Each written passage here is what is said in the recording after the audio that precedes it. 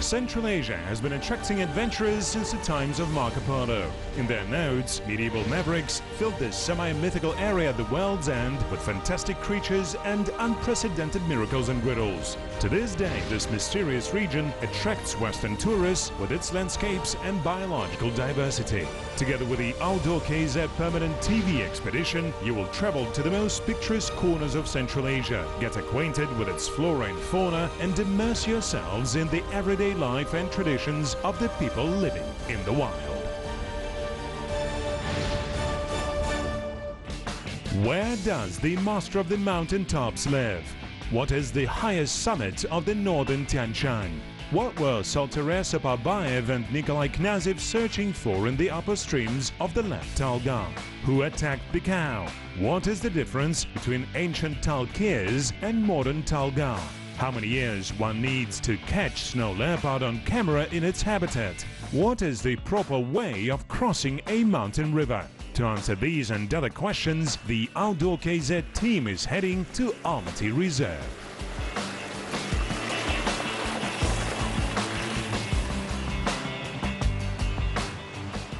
The Taldor River originates in the glaciers of the Talgar mountain range, the largest center of modern-day glaciation in the northern Tian Shan Mountains. Its highest summit, the peak of Talgar, is surrounded by over 60 glaciers with a total area of 150 square kilometers. Glaciers seem still and static only at first sight. If you film a glacier with a camera and speed up the video, you'll see that in fact they move all the time and never ever stop.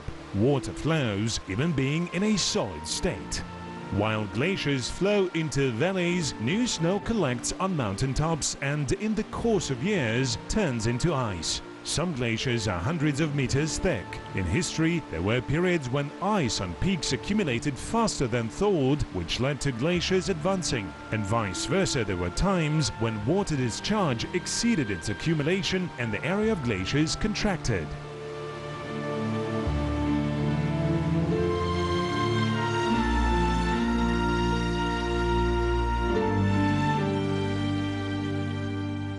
The three tops of the Talgar Peak, up to 15,000 feet high, apparently surpass the European Mont Blanc, wrote Pyotr Petrovich Simonov-Tanshansky in 1957. The scientist described Talgar during his first journey to the area, but couldn't determine its precise height and geographical coordinates, not being a topographer and lacking corresponding tools. 1.5 years later, the surveyor Alexander Fyodorovich Golubev did it. In the mid-20th century, the height of the Talgar Peak was 5,017 meters above sea level.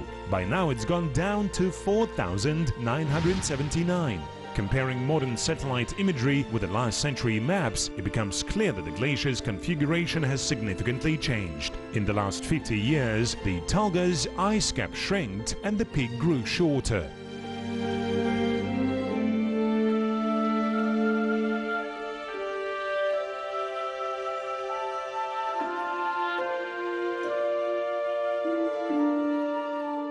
Just recently, scientists began to understand the close interconnections between such phenomena as climate change, glaciation, water balance, and biological diversity. Every morning, sunshine heats the southern slopes of mountains, drops of water gather in streams, streams form rivers, rivers irrigate valleys, animals and humans settle in valleys and give birth to cities and states.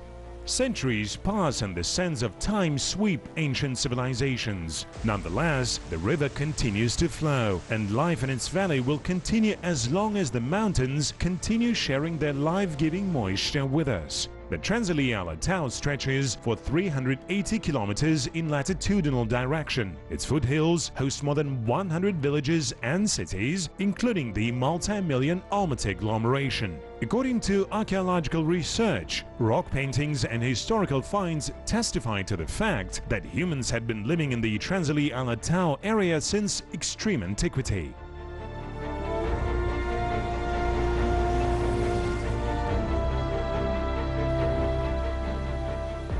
We are on the Talgar River bank where it enters the foothill plain. Currently, the valley is home to a town with the same name, the administrative center of Talgar district of Almaty region. How old is it? Talga received its modern name in 1928. Prior to that, here stood the village of Sofiskaya, and in the Middle Ages, the same city was referred to in various sources as Talkiz or Talkir. It was an important hub on the Great Silk Way. Archaeologists had found the remains of a clay water supply system diverting water from the Taldor River to the houses of the city residents. In 2014, the 38th UNESCO session that took place in Doha, the capital of Qatar, entered Talkiz into the World Heritage List. Archaeological finds lead scientists to conclusions not only about the life and culture of long-gone civilizations, but also about the fauna that inhabited these mountains and foothill valleys in the olden days. The majestic snow leopard has always personified power, force and might, and continues to do so as one of the main national symbols of Kazakhstan. And their protection is our sacred duty. The Almaty State Reserve was established to protect the snow leopard and other animals living in the Transilli Alatau. The valleys of the Issyk, right, middle and left Taldor rivers have been enjoying the status of nature reserves for over 80 years.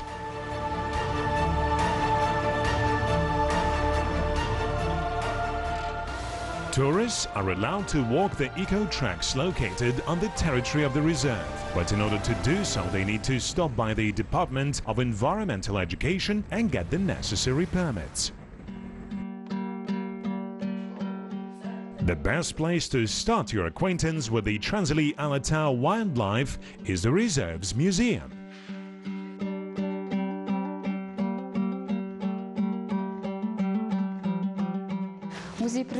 The Nature Museum of the Almaty State Park was founded in 1967, and now our museum has over 3,000 exhibits, including the avian and insect collections.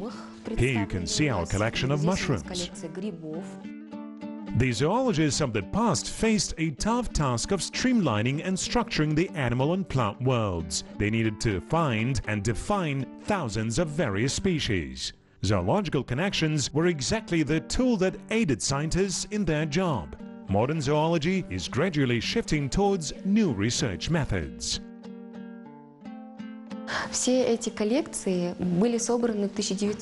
All these collections were collected in the 60s of the last century, when the replenishment of collections was allowed. And now it is not recommended to do it. We think we have enough physical exhibits and supplement our collections with the imagery we get from our photo and video recorders. Scientific and informative or educational tourism is becoming increasingly popular. People no longer want to just walk across gorgeous landscapes, but are eager to learn something new about the nature.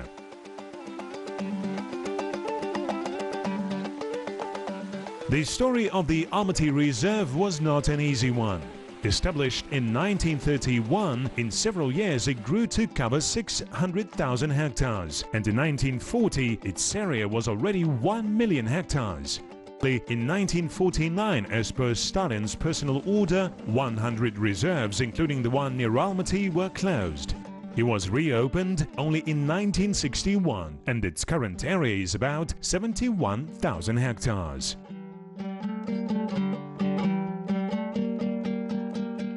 The purpose of our reserve is to preserve the nature in its original state. We have 20 inspectors, the Science Department and the Department of Eco-Education. Wildlife reference sites are necessary for scientists to be able to compare them with the landscapes that humans had already irreversibly changed due to their activities.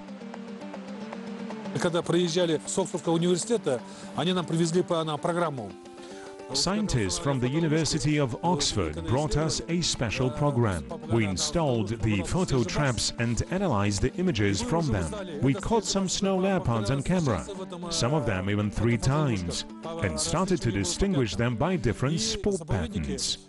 In our reserve, there are 28 registered individual animals, which is very good, I think.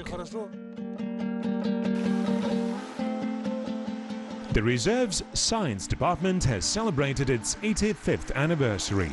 In the course of its existence, many prominent scientists had worked here and conducted multiple researches. Taldor River, our senior research associate, is working specifically on snow leopard. He has a lot of energy and is expecting the mountains all the time. He has made many great pictures. I did a search on Google on how many crowned persons live nowadays in the world. About 200 kings and queens. When it comes to people who manage to catch snow leopard on camera in the nature, the fingers on just one hand will be enough. One of them is Taldor River, and today we will try to persuade him to take our journalist Baljan Baltasheva with him. I have been working in the reserve since 2005. And only once, in 2012, I had seen it and taken its photo. It was a memorable day for me. In the reserve and in general in other specially protected areas where snow leopard lives, inspectors, experts, research associates can be working in the mountains for years. 20 to 30 years in a row and never see a snow leopard. There are people who think that you can catch snow leopard on camera by accident or luck. But we believe that Taldor's example is the natural result of persistence and hard work. I love my job. For me, it is more like a state of mind. My family and friends didn't understand me when I just started working in the Almaty Reserve and would spend a lot of time in the mountains. Now, thanks to my pictures and my knowledge, they're beginning to understand and don't resist my going to the mountains. Will you take me with you? I saw an argali and a ground jay already, but have never seen a snow leopard in my life. And are you aware that the conditions in the mountains are rather extreme? Are you ready for this? Of course. How can I miss such an opportunity? So is there really a chance of taking its picture?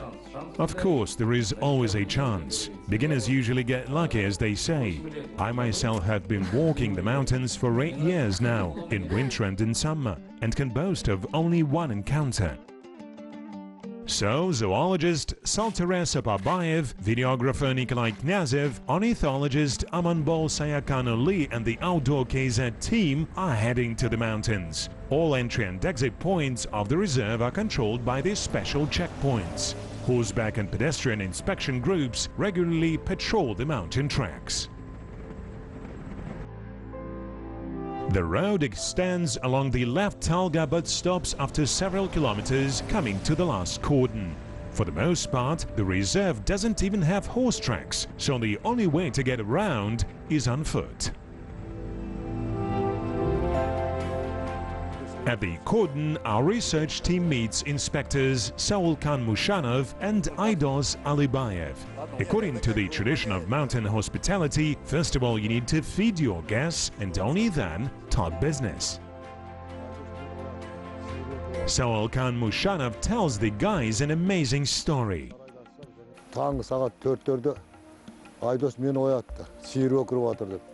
At 4 o'clock a.m., Aidos comes running in and says that our cow is making strange sounds. We go to the shed and see that something has seized it by its throat. At first we thought it was a wolf, but after a more careful inspection, it appeared it was a snow leopard. After that we went outside. The shed had an iron door, so we started kicking it and making noise. The cow stopped braying. When we entered the shed again, the snow leopard had already gone. It was gone. I was scared when I saw it for the first time, as I thought it could attack people. A local huntsman told us that a snow leopard came to the settlement and nearly killed a cow. So we came here to look for it. So yes, it is somewhere there, in the direction of Kokuzen.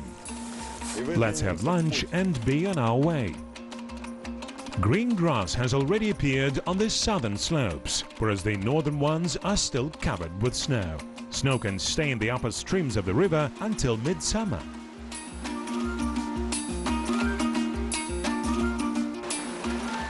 The Taldor has a whimsical character. At times, it's nice and quiet and its water is crystal clear. But after a heavy rain, the river's temper sharply spoils. The water darkens and gets a coffee shade to it, and the river roars like a wild animal.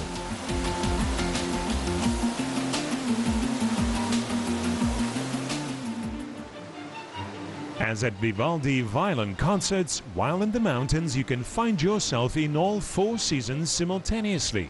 While in valleys flowers begin to blossom and bumblebees are already buzzing around, the mountain summits are still blown over with piercing blizzards. A minute ago the sun was shining brightly and now it is already snowing. When the weather spoils, hoofed animals and following them snow leopards descend to lower mountain belts. When it gets warm, they all go back up. After winter hibernation, the hungry bear wakes up. The Transili-Alatau Mountains are inhabited by the Tien Shan white-clawed subspecies, listed in the National Red Book. In the fall, bears go high up into the mountains and arrange their dens in the alpine belt, sometimes over 3,000 meters above sea level. Bear's hibernation is not an abiosis like in many rodents, but merely a deep sleep. Bears sleep tight and sometimes even snore. In the spring, the she-bear leaves her den with 1 or 2 bear cubs. Bear is a predator and under certain conditions it can compete for food with snow leopard, although quite rarely. Each species has its own environmental niche. The conflicts between bears is a totally different matter.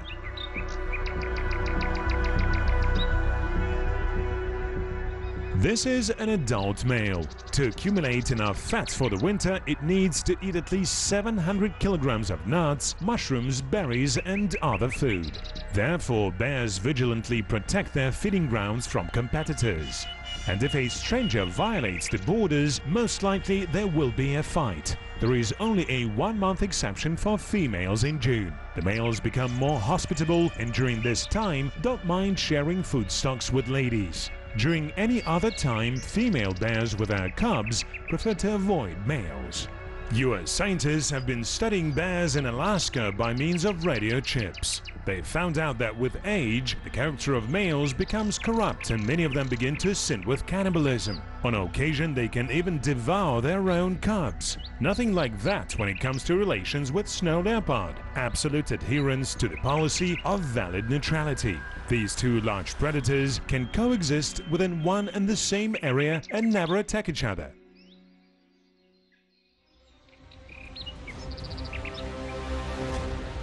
Snow leopards can jump as far as 7 meters. In other words, jumping over the Taldor is a piece of cake for them, whereas our team has to face the challenge right on.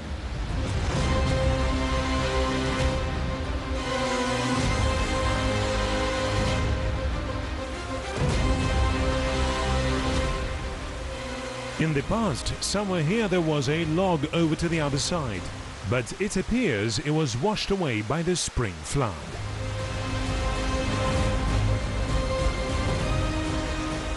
Perhaps the leopard has gone over to the left bank. What about us? Taldor River notices some movement on the opposite side of the river. Could it be our snow leopard? Let's try getting closer. Stones are slippery, no room for being careless.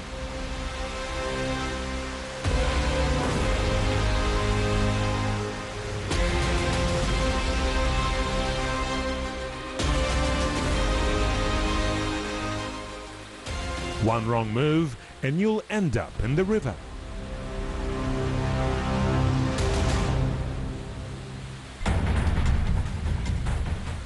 And he did it again. Our operator has the talent of getting himself into every trouble possible. Dipping in the mountain river in this weather is not the best way of studying the snow leopard. What should the second operator do in this situation? Help the companion or capture the accident on camera? A true journalist, no doubt, will go for the second option.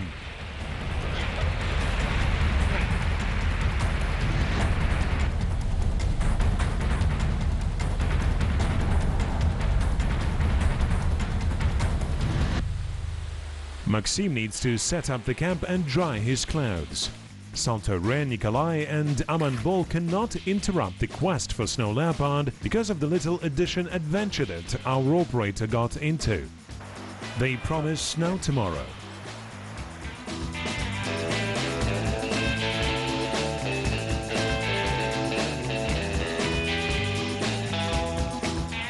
I didn't get a picture of snow leopard, it's a minus. But I'm alive, that's a plus. Let the guys look for the animal and I will try to get warm in my tent. The expedition has temporarily lost one of its participants but courageously continues on its way.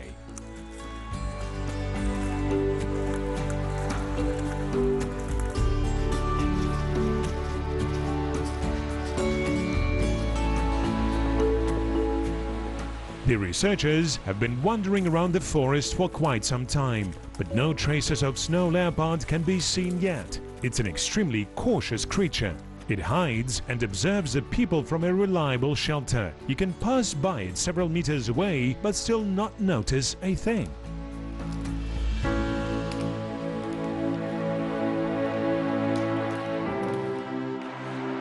What about lunch? 1.5 hours. Taldor and I will make another round along the river and you will have enough time for cooking. We will do another 5 kilometers and will be very glad to have some of your great porridge upon coming back. I also want to go. Who will cook lunch then? I really wanted to join you. The research passion prevails, but during expeditions, food also takes a very important place. Working in an office, a person needs about 2,000 calories per day, while in the mountains we spend 2 calories for each meter of elevation.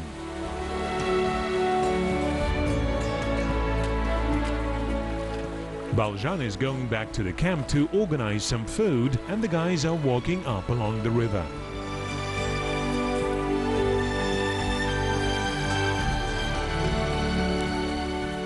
At times, the path curls along the river bank, but sometimes it stops with abrupt bottlenecks.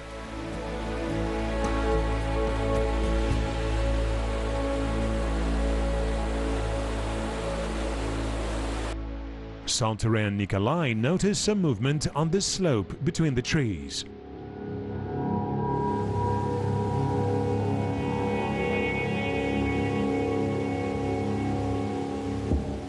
Filming wild animals, photographers have to always keep their equipment ready, as the filming object may appear unexpectedly.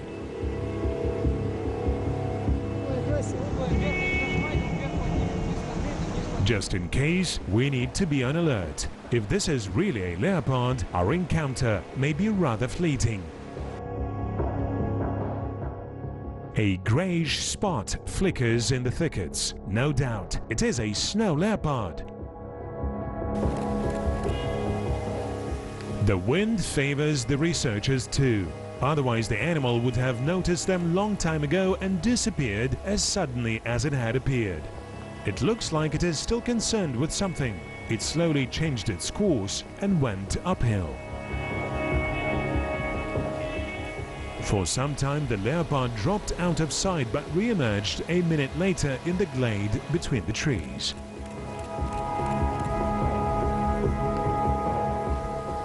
That was it. Our meeting lasted for a mere several minutes, but every bit of the effort spent was definitely worth it.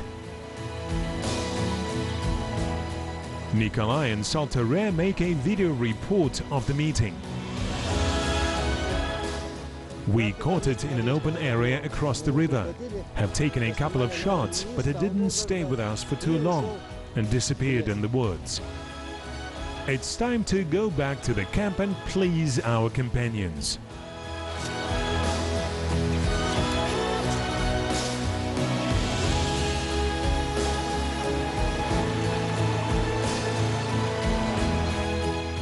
Did you get it?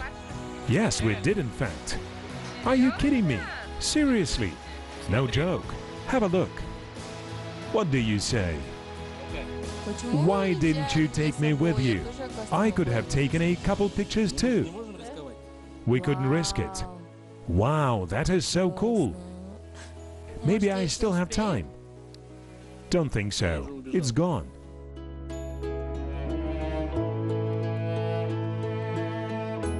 Фотографировать я начал с детства. Вот. Очень интересно было. I have been photographing since childhood. With the old cameras at that time, Smena 8 was my first one. After that I had used all these Zenith modifications. I love mountains, photographing birds and animals. Working as a huntsman in the Almaty State Reserve, I got acquainted with an exceptional person, Fedosenko Alexander Kirillovich. For several years I had been going on inspections with him, and we'd taken many great pictures. There were boars and even a leopard hunting when it put down a teke. But my dream was to make my own shot. In 2007 I got serious about it together with Taldor River. But we just couldn't get it for some reason. This year we did manage to catch a leopard in the wild nature. I hope it wasn't the last time.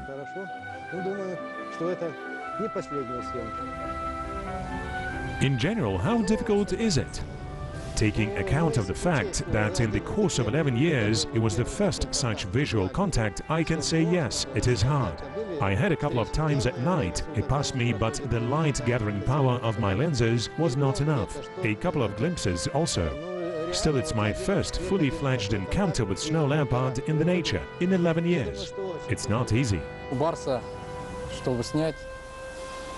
To take a picture of a snow leopard, you need to possess a certain experience, knowledge of its habits, its environment, what does it eat and where does it usually live.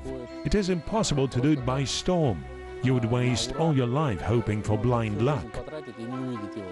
Nevertheless, we're really glad that we got lucky. So many impressions, so many things to talk about in a warm company in the evening in the camp. The life of wildlife photographers is full of remarkable events worth sharing with each other. I did catch it on camera, although it was for a very short time. It escaped really quickly, but I hope there will be more encounters. I am an ornithologist, and thus snow leopards are beyond my professional scope. Nevertheless, meeting a snow leopard is really cool. It is extremely interesting to investigate this animal.